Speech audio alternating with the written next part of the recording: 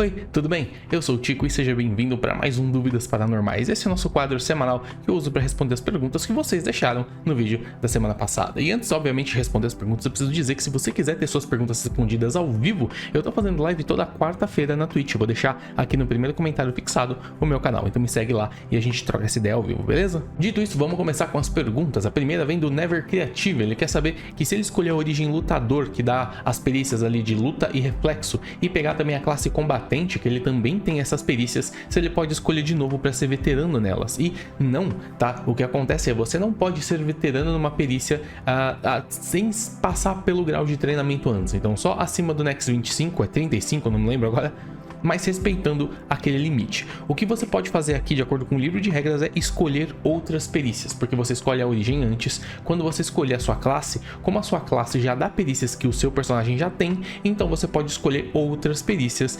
que você não tem apego ainda. Então você vai ter luta e reflexo, ao invés de escolher luta, você escolhe outra, tem pontaria, ou você pode escolher qualquer outra, ou também na parte de reflexo você pode escolher fortitude, ou você pode escolher também outra perícia, mas você não pode escolher a mesma perícia duas vezes. O Chapri quer saber sobre a habilidade de perito do especialista, se você gasta os pontos antes ou depois de rolar os testes. E nesse caso é sempre antes. Na verdade, na maioria das habilidades, uma ou outra diz que quando você acerta, ou depois que você acerta o golpe, ou depois que você passa no teste, você pode gastar pontos de esforço. É bem raro. A maioria dos testes você tem que gastar, as habilidades que você tem, na verdade, no teste, você tem que gastar antes. No caso do perito, ele vai adicionar ali um D6, um D8, um D10 no seu teste. Então você vai gastar os Ps antes e já vai rolar o teste com o adicional, e aí se você passar ou não, aí já era, você já gastou. O Breno Bastos tem uma pergunta bem interessante. Ele perguntou sobre toda essa limitação que o mestre pode ou não fazer nos personagens. Ele deu exemplo de quando o Selbit foi lá no Ordencast comentar sobre os sinais do outro lado, que ele, se eu não me engano, também de acordo com as palavras dele, também não tenho certeza, mas eu acho que foi isso mesmo que aconteceu.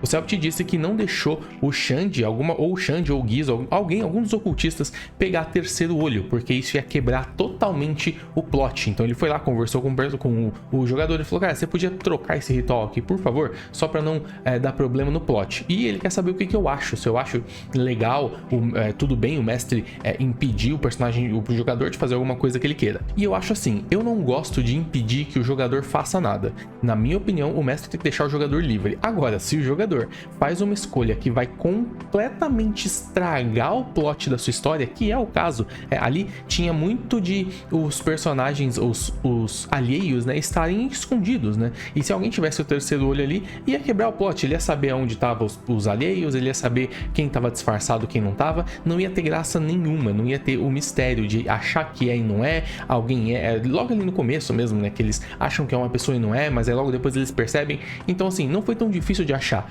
mas se um jogador tivesse isso, ia estragar, ia ficar sem graça. Então nesse caso eu acho que não tem problema, você pode conversar, não é impedir o jogador, mas é conversar. Falar: olha, eu tenho um plot, esse ritual que você tem pode estragar, pode ficar sem graça, você não quer trocar para aproveitar mais? Então assim, eu acho que não é impedir o jogador de fazer o que ele quer, é conversar um pouco para ele entender que talvez algumas habilidades dele pode estragar o jogo sem ele nem querer. O Nerdzinho Gamer quer saber como que ele faz para saber exatamente o Nex que o personagem ganha em cada evento paranormal. E não existe essa informação, tá? O que o livro diz como recomendação é que a cada missão os personagens subam 5 de Nex, né? Então, digamos que você ganha um nível por missão. Se você for fazer uma campanha dividida em missões, onde não tem uma grande história por fundo, é só várias sessões com seus amigos e cada sessão eles vão jogar com os mesmos personagens. Então você pode fazer uma missão e aí cada vez que a missão acabou, eles ganham 5 de Nex. Se você vai fazer uma história muito grande, uma campanha grande, você pode colocar, você pode dividir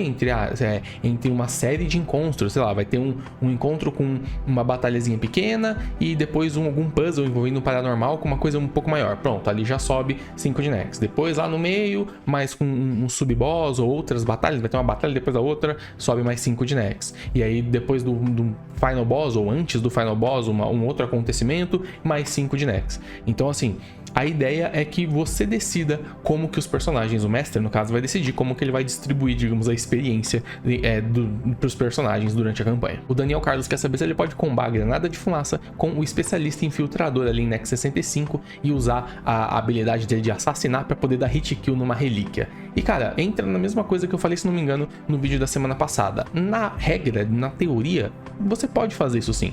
Na prática, o teste de resistência que eles têm que fazer, nesse caso, se não me engano, é um teste de fortitude. O bônus que as relíquias têm é entre 25 e 35, isso sem falar na rolagem de dado.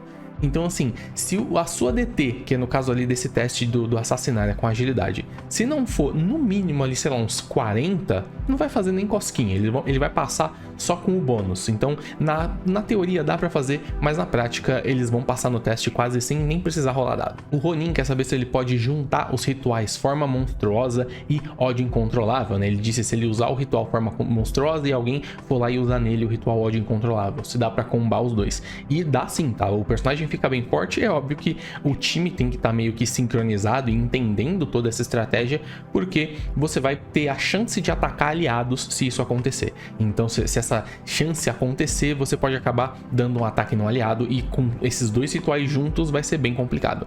Eles duram a cena inteira, se eu não me engano, então se você conseguir não atacar nenhum aliado até o combate acabar, os rituais vão se dissipar e tá tudo bem. Mas tem que combinar direitinho com o time pra ninguém ficar no caminho desse personagem, porque senão ele pode acabar batendo na pessoa errada. E essas foram as perguntas de hoje. Eu espero que vocês tenham curtido. Não esquece do like e também de se inscrever no canal para não perder outros vídeos como esse. Eu sei que esse foi mais curtinho, mas por hoje é isso que a gente tem. Não esquece de deixar as perguntas que eu respondo no vídeo da semana que vem, beleza? Então, muito obrigado a todos vocês que assistiram e olhos sempre abertos.